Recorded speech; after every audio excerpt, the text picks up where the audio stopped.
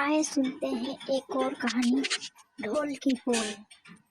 एक बार एक जंगल के निकट दो राजाओं के बीच घोर युद्ध हुआ।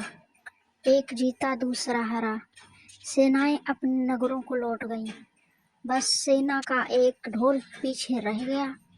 उस ढोल को बजा बजा कर सेना के साथ एक गए भांड व चारण रात को वीरता की कहानियां सुनाते थे। युद्ध के बाद एक दिन आंधी आई। आंधी के जोर में वह ढोल लुढ़कता पुढ़कता एक सूखे पेड़ के पास जाकर टिक गया। उस पेड़ की सूखी टहनियां ढोल से इस तरह से सट गईं कि तेज हवा के चलते ही ढोल पर टकरा जाती थी और ढमाढम की गुंजान आवाज होती थी। एक सियार उस क्षेत्र में घूमता था। उसने ढोल की आवाज सुनी, बड़ा भयभीत हुआ।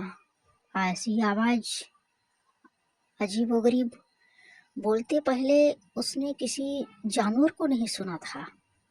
वह सोचने लगा कि यह कैसा जानवर है जो ऐसी जोरदार बोला। ढमाढम सियार छिपकर ढोल को देखता रहता, यह जानने के लिए कि यह जीव उड़ने वाला है, चारों टांगों पर दौड़ने वाला। एक दिन सियार झाड़ी के पास छुपकर ढोल पर नजर रखने लगा। तभी पेड़ से नीचे उतरती हुई एक गिलहरी कूदकर ढोल पर उतरी। हल्की सी ढम की आवाज भी हुई। गिलहरी ढोल पर बैठी दाना कुतरती रही। सियार बड़बड़ाया, ओह, तो यह कोई हिंसक जीव नहीं है, मुझे भी डरना नहीं चाहिए। सियार फूंक फूंक कर कदम रखता गया। ढोल के पास निकट गया, उसे सूंघा। ढोल का उसे ना कहीं सिर नजर आया और ना पैर। तभी हवा के झोंके से टहनियां ढोल से टकराईं। ढम की आवाज हुई और सियार उछलकर पीछे जा गिरा। अब समझ आया। सियार उठने की कोशिश करता हुआ बोला, यह तो बाहर का खोल है, जीव इस खोल के अंदर है। आवाज बता रही है कि जो कोई जीव इस खोल के भीतर रहता है वह मोटा ताजा होना चाहिए, चर्बी से भरा शरीर, तभी ये ढम ढम की जोरदार बोली बोलता है। अपनी मांद में घुसते ही सियार बोला, ओ सियारी, दावत खाने के लिए तैयार हो जाओ, एक मोटे ताजे शिकार का पता लगाकर आया हूँ। सियारी पूछने लगी, तुम उसे मार कर क्यों नहीं लाए?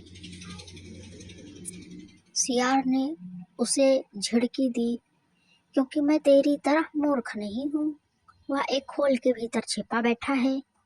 खोल ऐसा है कि उसमें दो तरफ सूखी चमड़ी के दरवाजे हैं। मैं एक तरफ से हाथ डाल उसे पकड़ने की कोशिश करता तो वह दूसरे दरवाजे से ना भाग जाता। चांद निकलने पर दोनों ढोल की ओर गए। जब वह निकट पहुंच ही रहे थे, फिर हवा से टहनियां ढोल पर टकराईं और ढम ढम की आवाज निकली। सियार सियारी के कान में बोला, सुन, आपने आवाज सुनी? जरा सोच, जिसकी आवाज ऐसी गहरी है वह खुद कितना मोटा ताजा होगा। दोनों ढोल को सीधा कर उसके दोनों ओर बैठे। दांतों से ढोल के दोनों चमड़ी वाले भाग के किनारे फाड़ने लगे, चमड़ी कटने लगी। सियार बोला, होशियार रहना, एक हाथ अंदर डाल, शिकार को दबोचना है। दोनों ने हूं की आवाज के साथ ढोल के भीतर हाथ डाले और टटोलने लगे। अंदर कुछ नहीं था, एक दूसरे के हाथ ही पकड़ में आए। दोनों चिल्लाए, यहाँ तो कुछ नहीं है, और वे माथा पीट कर रह गए।